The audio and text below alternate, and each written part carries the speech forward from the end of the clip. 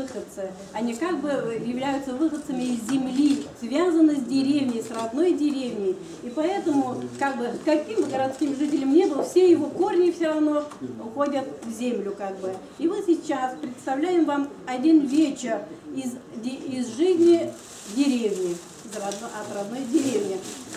Ауылымды, это все на языке будет. Ауылымды Худай берген, бик матур ерде ята. Иргәһендә маяк тауы, яң һайын сәскә ата.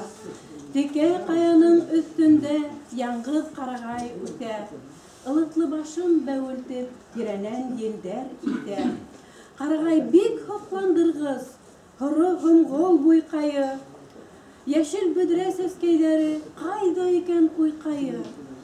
Ғорур ағасына теленән яңғырлыктан қорқмаған. Көсін һанап қарар өсін тау башында туттаған. Бала сақтан хоқландырған қарағайым итімдә. Ауылыма қайтсам имеш, күрешәбез төшімдә. Туған ауылым менің, қоянымда менің, күрәбүкте тұздырар яқтарым. Қырлары құш есті, әр сақ ядар түзді, жұндарды ұлыты